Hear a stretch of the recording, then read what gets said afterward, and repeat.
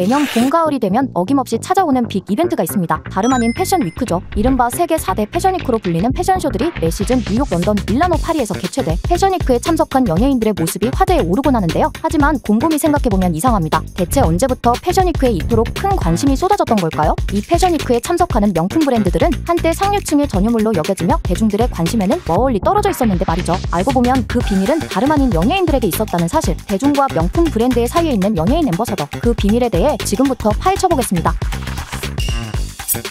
대체 뜻이 뭔지도 잘 모르겠지만 언젠가부터 소비자들 사이에서 흔해진 단어가 있습니다. 바로 앰버서더인데요. 앰버서더는 궁극적으로 브랜드를 홍보하기 위해 선정된 브랜드의 이미지에 걸맞으면서도 영향력이 있는 사람을 의미합니다. 패션위크를 비롯한 행사에 참여하는 건 물론 SNS를 통해 일상에서도 자연스럽게 브랜드를 사용하는 모습을 보여주기 때문에 앰버서더가 곧 브랜드의 이미지라고 봐도 무방하죠. 브랜드 입장에서는 유명 인사의 영향력을 활용할 수 있고, 앰버서더 입장에서는 고급스러운 이미지를 얻을 수 있는 마케팅 방법인데요. 최근에는 한국 소비자들의 명품 소비가 늘어나고 한류의 영향도 전 세계적으로 커지면서 한국 연예인들이 앰버서더로 임명됐다는 소식도 심심찮게 들려옵니다. 그 시작에는 국내 최초로 샤넬 앰버서더로 임명된 지드래곤이 있고, 블랙핑크의 모든 멤버가 샤넬, 디올, 생로랑, 셀린느의 앰버서더를 맡아 화제에 오르기도 했죠. 이들이 패션위크라도 참석하면 출국 장면부터 화제되는 것은 물론 해당 브랜드로 차려입은 착장과 현지인들의 뜨거운 반응까지 한국에 전해지곤 하는데요. 이렇듯 굉장한 화제성의 명품 브랜드의 고급스러운 이미지도 얻을 수 있다 보니 앰버서더가 되고 싶어하는 연예인들도 많습니다. 하지만 최근 이 앰버서더를 두고 많은 사람들의 오해가 쏟아지고 있는데요.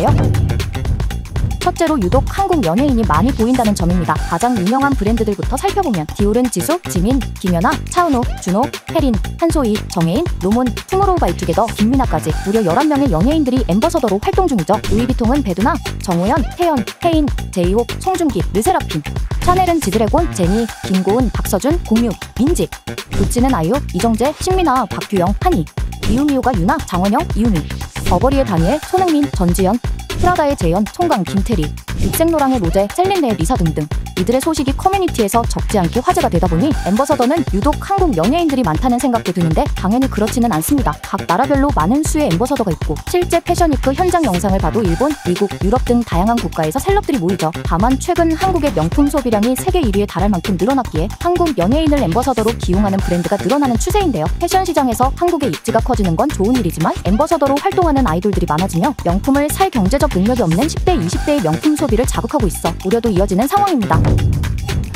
어쩌면 가장 궁금한 게 앰버서더들의 보수겠죠? 광고는 연예인들에게 가장 많은 수익을 가져다주기 때문인데요. 특히나 세계적인 브랜드들의 얼굴이 되는 일이니 천문학적인 돈을 받고 계약하지 않을까 싶은데, 알고 보면 앰버서더가 그렇게 많은 돈을 받는 건 아니라고 합니다. 대신 이벤트나 쇼에 초청하며 협찬 개념으로 제품을 제공하는데요. 실제 샤넬 앰버서더 김고은이 밝힌 바에 따르면 샤넬은 앰버서더여도 할인은 받지 못하며 페이의 일정 부분을 상품권으로 교환할 수 있다고 하죠. 또 기념일에 샤넬 제품을 선물로 받는다는데요. 반면 루이비통의 배두나는 디자이너와 친분이 있기도 하고 본인에게 할당된 예산이 따로 있어 매장에 가면 제품을 받을 수 있다고 합니다. 계약마다 자세한 사항은 다르겠지만 공통적으로 돈을 바라고 하는 일이라기보단 이미지 메이킹 목적이 훨씬 큰 것이죠.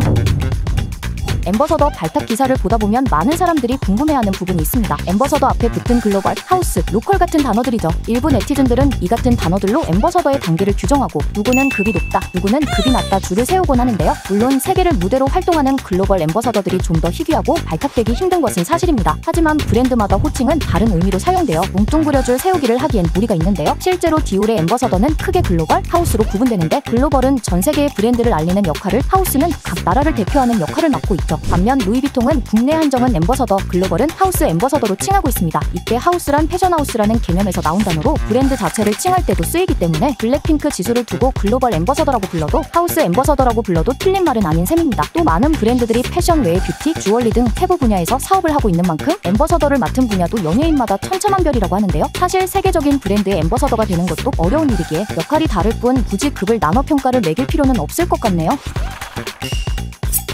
지난 1월 생로랑의 패션쇼 참가를 위해 출국하던 세븐틴 정한에게는 손학규 금지령이 내려졌습니다. 생로랑의 시크한 이미지를 지키기 위함이었죠. 이를 위해 인스타그램 바이오까지 구수한 문구에서 시크한 문구로 바꿨다는 사실이 알려지며 자본주의가 나은 감성이냐는 오픈 댓글이 이어지곤 했는데요. 하지만 이렇게 보여준 앰버서더들의 가진 노력은 실제로 브랜드의 판매량 증가에 큰 기여를 하고 있습니다. 그래서 연예인 앰버서더도 점점 늘어나는 것이죠. 셀럽을 활용한 광고 아닌 광고가 대세가 되고 있는 요즘, 앞으로 명품 브랜드들이 어떤 마케팅으로 소비자들을 끌어들일지 궁금해지네요.